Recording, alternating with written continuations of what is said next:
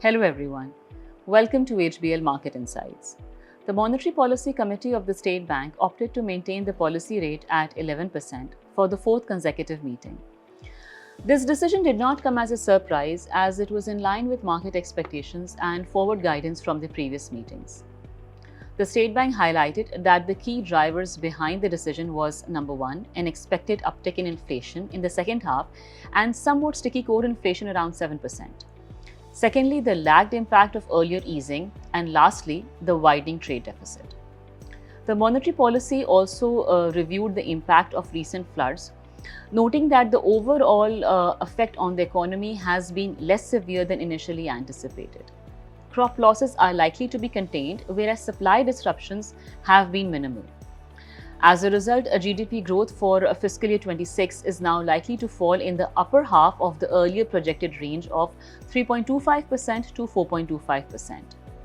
While on the external front, the committee acknowledged that the risks for the trade deficit are skewed to the upside, mainly from volatile global commodity prices and challenging export proceeds due to the evolving trade dynamics. That said, the outlook for remittances has further improved, with State Bank expecting $41 billion for the year. Now, this will cushion the current account deficit, which is likely to remain within the earlier projected range of 0 to 1% of GDP, well below the historic average of 2.1%. The Monetary Policy Committee also upgraded its June 26 forecast of FX reserves to $17.8 billion versus $17.5 billion earlier, due to expectations of contained current account and the realization of planned inflows.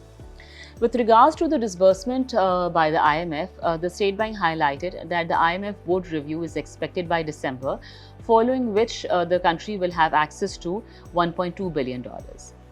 In terms of debt repayments, Pakistan faces a net repayment obligation of $10 billion in fiscal year 26 after accounting for expected rollovers.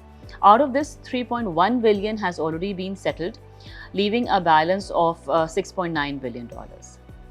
Looking ahead, we expect the State Bank to maintain its prudent stance, with inflation projected to exceed the target range for a few months in the second half of fiscal year 26 before reverting within the target in fiscal year 27. That's all from our side. We'll keep you posted for any other market developments. Thank you.